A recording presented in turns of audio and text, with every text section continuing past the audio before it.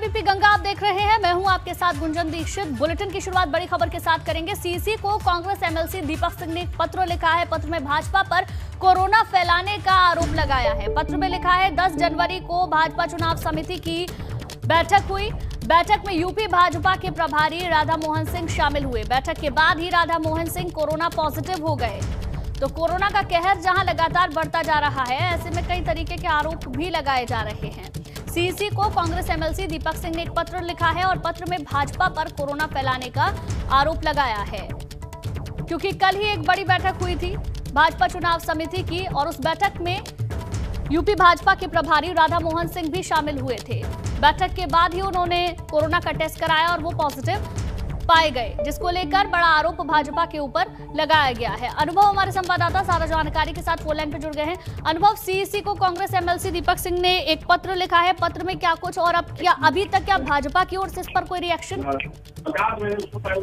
देखिए, दीपक सिंह कांग्रेस एमएलसी हैं, उन्होंने चिट्ठी लिखी है चुनाव आयोग को और मुख्य निर्वाचन आयुक्त जो हैं उनको भी पत्र लिखा है और साफ तौर पर ये कहा है कि जिस तरीके से कल बैठक हुई थी बीजेपी की, उसमें साफ तौर पर राधा मोहन सिंह मौजूद थे, यूपी प्रभारी हैं वो, और उनकी रिपोर्ट जो है वो कोविड पॉजिटिव आए हैं। हालांकि 2 दिन पहले ही राधा मोहन सिंह ने अपनी जांच कराई थी और रिपोर्ट कल आई है उनकी, कल देर रात आई है जब मीटिंग में शामिल हो गए उसके बाद। पर उसी को आधार बनाकर दीपक सिंह ने पत्र लिखा है और ये कहा है कि ऐसे में बीजेपी जो आज से अभियान शुरू करे, तमाम सारे लोग कल उस बैठक में थे, तकरीबन 15-16 लोग थे, और वो अब घर घर जाएंगे, वोट मांगेंगे, जो इनका अभियान शुरू हुआ, तो इससे कहीं ना कहीं कोरोना फैलेगा। क्योंकि एक व्यक्ति जो संक्रमित था वो उस बैठक में मौजूद था, उसके साथ 15 लोग और मौजूद थे, तो जाहिर सी बात है कि हो सकता है कि जो दूसरे लोग हों वो भी कहीं ना कहीं उससे प्रभावित हुए हों, संक्रमित हुए हों। और साफ तौर पर ये कहा है कि इससे संक्रमण और फैल सकता है। चुनाव आयोग को चाहिए कि ये जो अभियान बीजेपी चला रही है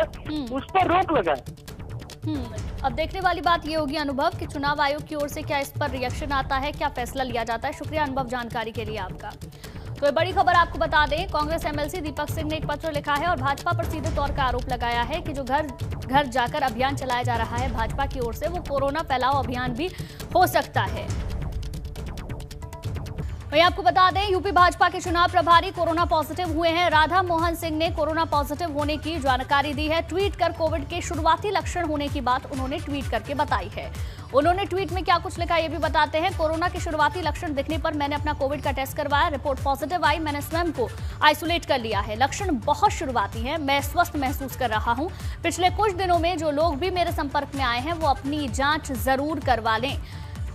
तो कोरोना पॉजिटिव हो गए हैं राधा मोहन, जिन्होंने खुद इसकी जानकारी ट्वीट करके दी है, लेकिन उस पर अब बयानबाजी भी शुरू हो चुकी है, क्योंकि भाजपा की ओर से जो चुनावी कैंपेनिंग चलाया जा रहा है, कांग्रेस उस पर सवाल खड़े कर रही है। वहीं दिल्ली से खबर, यहां यूपी भाजपा कोर ग्रुप की बैठक लगातार जारी है। पीएल संतोष, दिनेश शर्मा, सुनील बंसल बैठक में मौजूद हैं। सीएम योगी और स्वतंत्र देव सिंह भी बैठक में मौजूद है। उम्मीदवारों के नामों पर फाइनल फैसले की उम्मीद है। बड़ी बैठक हो रही है यूपी भाजपा कोर ग्रुप की। बीएल संतोष, दिनेश शर्मा, सुनील बंसल के साथ तमाम दिग्गज मौजूद हैं। योगी आदित्यनाथ मौजूद है, स्वतंत्र देव सिंह भी बैठक में मौजूद हैं। सीटों के बंटवारे को लेकर मंथन लगातार जारी है। उम्मीदवारों के नाम पर भी फैसला हो सकता है। अब देखना होगा क्या फैसला लिया जाता है, सूची कब तक आती है, क्योंकि दावेदार कई सारे हैं। ऐसे में किसको टिकट देना है, किस सीट से किसकी दावेदारी फायदेमंद साबित हो सकती है, इन तमाम पहलुओं पर चर्चा कर दी है। दिल्ली में यूपी भाजपा की जो बैठक है उसमें कौन कौन शामिल है, आप अपनी टेलीविजन स्क्रीन पर देख सकते हैं। योगी आदित्यनाथ इस बैठक में मौजूद हैं। केशव प्रसाद मौर्य बैठक में मौजूद हैं। भाजपा प्रदेश अध्यक्ष स्वतंत्र देव सिंह इस बैठक में मौजूद हैं। बीएल संतोष बैठक में मौजूद है। इसके अलावा दिनेश शर्मा, डिप्टी सीएम मौजूद हैं। सुनील बंसल भी इस बैठक में मौजूद हैं। तो भाजपा के तमाम बड़े दिग्गज जो कि इस बैठक में पहुंचे हुए हैं। सीटों के बंटवारे को लेकर मंथन लगातार जारी है। उम्मीदवारों के नामों पर फैसला लेना है, क्योंकि अब जल्द से जल्द सूची भी सामने आ जाएगी।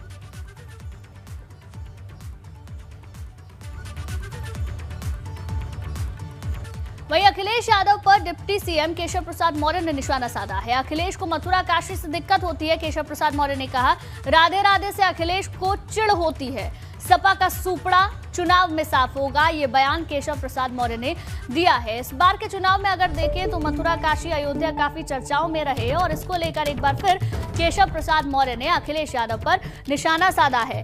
उन्होंने कहा कि अखिलेश को मथुरा, काशी से दिक्कत होती है, राधे राधे से अखिलेश को चिढ़ होती है। चुनाव में सपा का पूरी तरीके से सुपड़ा साफ हो जाएगा। समाजवादी पार्टी के राष्ट्रीय अध्यक्ष पूर्व मुख्यमंत्री उत्तर प्रदेश श्री अखिलेश यादव जी के बयान पर एक तरह से मैं कहूं कि वह राधे राधे से उनको चिढ़ होती है, भगवान बांके बिहारी जी से उनको चिढ़ होती है, मथुरा, अयोध्या, काशी से उनको चिढ़ होती है। और इस प्रकार का बयान कि नोएडा की चर्चा करते हुए धर्म को अंधविश्वास कहना, यह करोड़ों करोड़ आस्थावान लोगों का अपमान करने का काम किया है। मैं उनके इस बयान की आलोचना करता हूं और तत्काल यह बयान वापस लेकर के मैं कहता हूं, ये वही सपा है जिसने पूरे उत्तर प्रदेश को गुंडा राज में परिवर्तित कर दिया, दंगा राज में परिवर्तित कर दिया। अब देश के प्रधानमंत्री जी के बोटी बोटी करने वाले इमरान मसूद, जो कांग्रेस के नेता के रूप में अभी तक जाने जाते थे, समाजवादी पार्टी का हिस्सा बने हैं। अखिलेश यादव जी ने अपनी पार्टी में उनको स्थान देने का काम किया है। इससे इनकी मंशा साफ होती है कि यह सारे के सारे लोग सारी मर्यादा को भूल करके गुंडे, अपराधी, माफिया, दंगाई, जो भी इस प्रकार के लोग हैं, वो समाजवादी पार्टी की शरण में जा रहे हैं। भारतीय जनता पार्टी जनता के आशीर्वाद से, कार्यकर्ताओं के परिश्रम से 2022 के चुनाव में करारा जवाब देगी। फिर 300 से अधिक कमल खिलेगा, भाजपा की सरकार बनेगी, सपा, बसपा, कांग्रेस का सुपड़ा पूरी तरह से साफ होगा। वहीं इमरान मसूद के सपा ज्वाइन करने पर आचार्य प्रमोद कृष्णम का बयान सामने आया है। इमरान मसूद का सपा में जाना दुर्भाग्यपूर्ण है। आचार्य प्रमोद कृष्णम ने कहा, इमरान मसूद ने जो रास्ता चुना है उससे भाजपा से नहीं लड़ सकते। भाजपा को देश से हटाने के लिए कांग्रेस अकेली पार्टी जो लड़ सकती है। ये चुनाव नहीं है, ये धर्म युद्ध है। प्रमोद कृष्णम ने यह बयान दिया है।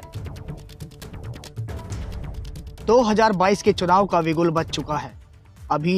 अब सब पार्टियों में एक दूसरे नेता जाने को आतुर दिखाई दे रहे हैं।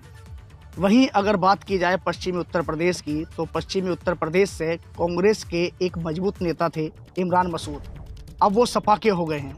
हमारे साथ बात करने के लिए आचार्य प्रमोद कृष्णम जी है।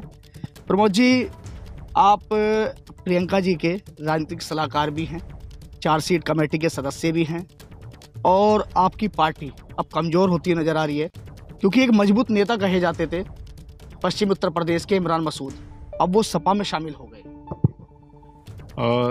देखिए, आवागमन संसार का नियम है, आना जाना लगा रहता है। राजनीति में भी लोग आते हैं जाते हैं, इलेक्शन का दौर है, लेकिन जब कोई पार्टी छोड़ के जाता है तो उसका नुकसान होता है, और उनके जाने से मुझे तकलीफ भी है। मैं ये नहीं कहूँगा कि उनके जाने से कोई कांग्रेस पे फर्क नहीं पड़ेगा। जो हम मिल कर के लड़ाई लड़ रहे थे उसमें नुकसान होगा, लेकिन इसको मैं दुर्भाग्य ही कहूँगा कि इमरान मसूद साहब ने जो रास्ता चुना है वो रास्ता बीजेपी से, उस रास्ते पे चल के बीजेपी से लड़ा नहीं जा सकता है। अगर बीजेपी को पूरे देश से हटाना है तो कांग्रेस अकेली एक ऐसी पार्टी है जो बीजेपी को इस देश से हटा सकती है। अच्छा, क्या देश को बचाया जाएगा सपा के साथ मिलकर? क्या कांग्रेस एक मजबूत पार्टी नहीं है? अगर कांग्रेस में रहकर भी अगर बचाने वाली जिस तरह से आप बात कर रहे हैं कि बीजेपी से लड़ना है, तो कांग्रेस तो सबसे बड़ी पार्टी है अगर देखा जाए तो, और आप सपा में जा रहे हैं आपके नेता, तो कहीं ना कहीं कमजोर हो रही है कांग्रेस। हमारे नेता छोड़ करके जा रहे हैं, मैंने कहा कि इससे हमें तकलीफ हो रही है, लेकिन वो रास्ता बीजेपी से लड़ने का रास्ता नहीं है।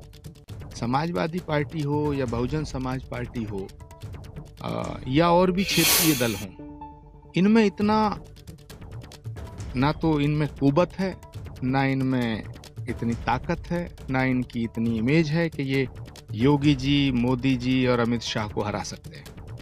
मैंने फिर एक बार मैं आपसे कह रहा हूं कि अगर देश में बीजेपी को हटाना है तो कांग्रेस का तिरंगा हाथ में लेना पड़ेगा और प्रियंका गांधी को नेता मानना पड़ेगा। तो ये थे आचार्य प्रमोद कृष्णम, जिनका साफ तौर पे ये कहना कि अगर बीजेपी को हराना है तो कांग्रेस ही हरा सकती है बीजेपी को, समाजवादी पार्टी नहीं हरा सकती।